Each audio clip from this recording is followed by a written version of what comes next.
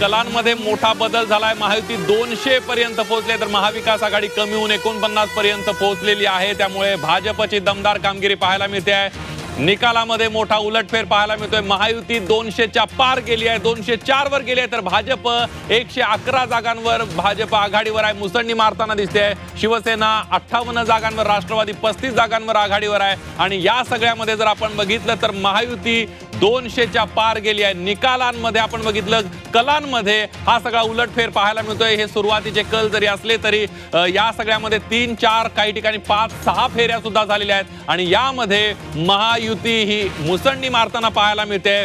भाजप 111 जागांसह राज्यातला सर्वात मोठा पक्ष होण्याच्या दिशेने वाटचाल भाजपची सुरू आहे। 111 जागांवर भाजपची मुसंडी आहे। भाजपचे उमेदवार 111 जागांवर आघाडीवर असल्याचं पाहायला मिळत आहे। या सगळ्यामध्ये आपण जर बघितलं तर 204 आणि महाविकास आघाडी 66 वर पोहोचले आहे। इतर पक्ष जे आहेत ते 18 जागांवर आघाडी घेताना आपल्याला पाहायला मिळत आहेत। त्यामुळे सुरुवातीचे जे कल होते, 8 वाजता ज्यावेळेला मतमोजणी सुरू झाली होती त्यावेळेला काटेकी टक्कर पाहायला मिळत होती। मात्र तब्बल 2 ते 2.5 तासांच्या मतमोजणीनंतर 5-6 फेऱ्या पुढे झाल्यानंतर कुठेतरी महायुती मुसंडी मारताना पाहायला मिळते।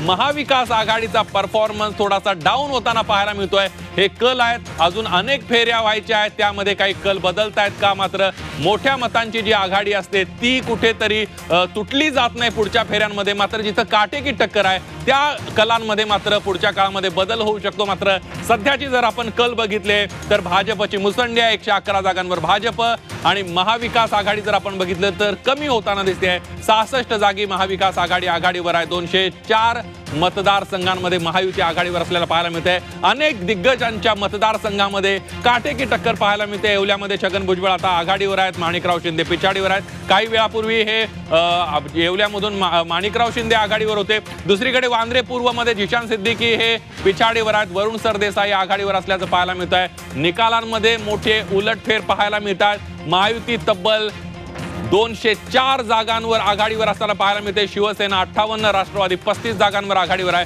तर दुसरीकडे आपण बघितलं तर महाविकास आघाडीचा परफॉर्मन्स काहीसा कमी होताना आपल्याला पाहायला मिळतोय। उलटफेरच म्हणावं लागेल, कारण सुरुवातीचे कल वेगळे होते, आता कल वेगळे आहेत। काँग्रेस 19, शिवसेना 19 आणि राष्ट्रवादी शरद पवार पक्ष 11 जागांवर आघाडीवर असल्याचं पाहायला मिळतोय। पुढची एक महत्त्वाची आणि मोठी बातमी, ब्रह्मपुरीमध्ये विजय वडेट्टीवार हे पिछाडीवर आहेत। भाजपचे कृष्णा सहारे 3621 मतांनी आघाडीवर असल्याचं पाहायला मिळत आहे। विजय वडेट्टीवार हे काँग्रेसचे महत्त्वाचे आणि मोठे नेते आहेत, राज्याचे विरोधी पक्ष नेते आहेत आणि त्यांच्या मतदारसंघातच ते आता पिछाडीवर जाताना आपल्याला पाहायला मिळत आहेत। कर्जत जामखेडमध्ये रोहित पवार सुद्धा पिछाडीवर गेल्याचं पाहायला मिळत आहे। भाजपचे राम शिंदे आघाडीवर आहेत आणि कर्जत जामखेडचे विद्यमान आमदार रोहित पवार आहेत, ते आता पिछाडीवर जाताना पाहायला मिळत आहेत। रोहित पवार आणि राम शिंदे यांच्यामध्ये काटेकी टक्कर पहिल्या काही फेऱ्यांमध्ये पाहायला मिळाली, मात्र आता राम शिंदे हे आपली आघाडी कायम ठेवताना आपल्याला पाहायला मिळत आहे। त्यामुळे कर्जत जामखेडमध्ये सुद्धा काट्याची टक्कर आपल्याला पाहायला मिळते। तर दुसरीकडे महाविकास आघाडी महायुतीमधली काट्याची टक्कर आता थोडी कमी होताना दिसते, कारण महायुती 200च्या पार पोहोचली आहे। उत्तर महाराष्ट्रामध्ये भाजपनं 18 जागांवर मुसंडी मारली आहे। राष्ट्रवादी काँग्रेस 11 जागांवर आघाडीवर पाहायला मिळते। शिवसेना 9 जागांवर आघाडीवर आहे। उत्तर महाराष्ट्रामध्ये सुद्धा आपल्याला महायुती आघाडीवर दिसते, काँग्रेस 5, इतर 3 ठिकाणी आहेत। या सगळ्यामध्ये पुढची एक आता महत्त्वाची बातमी येते, बल्लारपूरमध्ये सुधीर मुनगंटीवार हे आघाडीवर आहेत। सुधीर मुनगंटीवार 2167 मतांनी आघाडीवर आहेत। यानंतर बघूया पुढच्या घडीची महत्त्वाची बातमी, रोहित पवार हे पिछाडीवर गेलेले आहेत। भाजपचे राम शिंदे आघाडीवर गेलेले आहेत। कर्जत जामखेड मधले हे कल आपण बघतोय, रोहित पवार पिछाडीवर आहेत। राम शिंदे यांची मागच्या काही फेऱ्यांपासून दमदार कामगिरी आहे, ती तशीच सुरू असल्याचं पाहायला मिळत आहे। हे कल आहे, मात्र पुढच्या फेऱ्यांमध्ये काही बदल होतोय का हे बघणं सुद्धा अतिशय महत्त्वाचं ठरणार आहे। निलेश बारगजे आपले प्रतिनिधी आपल्या सोबत आहेत। निलेश, आपण बघतोय की कर्जत जामखेडमध्ये राम शिंदे आघाडीवर गेलेले आहेत, तर रोहित पवार कुठेतरी पिछाडीवर पाहायला मिळत आहेत।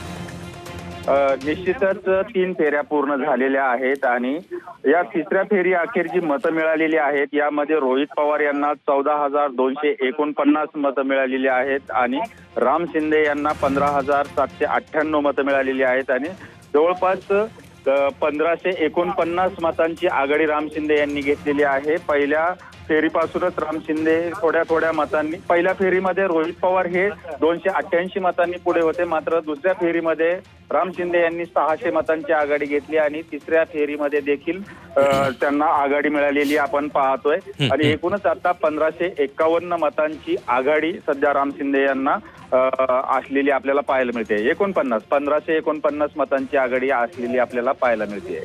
अगदी पहिल्या 3 फेऱ्या झालेल्या आहेत आणि यामध्ये राम शिंदे आघाडीवर आहेत. अनेक फेऱ्या बाकी आहेत. आपल्याला माहित आहे की जसं मतदान असतंय तशा फेऱ्या असतात आणि त्यामुळे पुढच्या फेऱ्यांमध्ये काही बदल होतोय काय हे बघणं सुद्धा अतिशय महत्वाचं आहे. आपल्या प्रतिनिधींकडून याचे अपडेट घेत राहणार आहोत. मात्र सध्याच्या घडीची पुढची एक महत्वाची बातमी आपण बघूया, ती म्हणजे अब्दुल सत्तार 1280 मतांनी पिछाडीवर आहेत. सिल्लोड मतदारसंघातून अब्दुल सत्तार पिछाडीवर असल्याचं पाहायला मिळत आहे. अब्दुल सत्तार हे विद्यमान आमदार आहेत, मंत्री आहेत. सिल्लोड मधून ते अनेक वेळेला त्यांनी प्रतिनिधित्व केलेलं आहे. ते विधानसभेवर सिल्लोड मतदारसंघातून मागच्या अनेक वर्षांपासून येत आहेत. मात्र आता ते पहिल्या काही फेऱ्यांमध्ये पिछाडीवर दिसत आहेत. 1280 मतांनी अब्दुल सत्तार हे पिछाडीवर आहेत. सध्याचं काय कल आहेत महाराष्ट्रातले? महायुती 204, महाविकास आघाडी 47 आणि इतर पक्ष 16 ठिकाणी. कलांमध्ये झालेला हा बदल आपण बघतोय. कशा पद्धतीनं कलांमध्ये बदल झाला? सुरुवातीला महायुती आणि महाविकास आघाडीमध्ये काटेकी टक्कर पाहायला मिळत होती, मात्र आता कलांमध्ये मोठे बदल झालेले आहेत. कुडाळमध्ये निलेश राणे आघाडीवर गेलेले आहेत. काही वेळापूर्वी निलेश राणे पिछाडीवर होते, मात्र आता ते आघाडीवर गेलेले आहेत. 932 मतांची आघाडी निलेश राणे यांनी घेतलेली आहे. वैभव नाईक हे पिछाडीवर पडलेले आहेत. पण आपण बघितलं तर प्रत्येक फेरी गणिक कुडाळ मधला जो कल आहेत ते बदलताना आपल्याला पाहायला मिळत आहेत. पहिल्या काही फेऱ्यांमध्ये वैभव नाईक हे आघाडीवर होते, मात्र आता निलेश राणे हे 932 मतांनी आघाडीवर आहेत. त्यामुळे कुडाळमध्ये सुद्धा काटेकी टक्कर आपल्याला पाहायला मिळते. अतिशय चुरशीची निवडणूक ही कुडाळमधली आपल्याला पाहायला मिळते.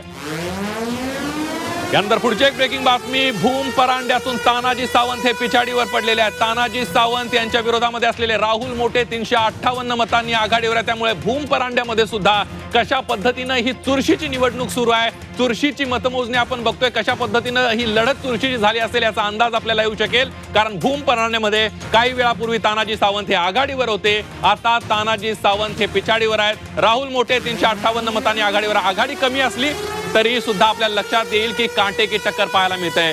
दिंडोरीमध्ये नरहरी झिरवळ 15,457 मतांनी आघाडीवर आपल्याला पाहायला मिळत आहे. दिंडोरीमध्ये आपल्याला माहित आहे की दिंडोरीमध्ये पक्षफुटीनंतर आपण बघितलं की कशा पद्धतीनं तिथं राजकीय गणित सगळी बदललेली आहेत. दिंडोरीमध्ये नरहरी झिरवळ यांनी आपली आघाडी पहिल्या काही फेऱ्यांमधून कायम ठेवल्याचं पाहायला मिळत आहे. निकालामध्ये सुरुवातीच्या पासून आतापर्यंत मोठे उलटफेर पाहायला मिळत आहे. भाजपची घोडदौड सुरू आहे. 115 जागांवर भाजप, 156 जागांवर शिवसेना, 34 जागांवर राष्ट्रवादी आघाडीवर आहे. महाविकास आघाडी अवघ्या 47 जागांवर आघाडीवर पाहायला मिळते. निकालामध्ये मोठा उलटफेर झाल्याचं पाहायला मिळतोय आणि महायुती जी आहे ती आता 200च्या पार गेल्याचं पाहायला मिळत आहे.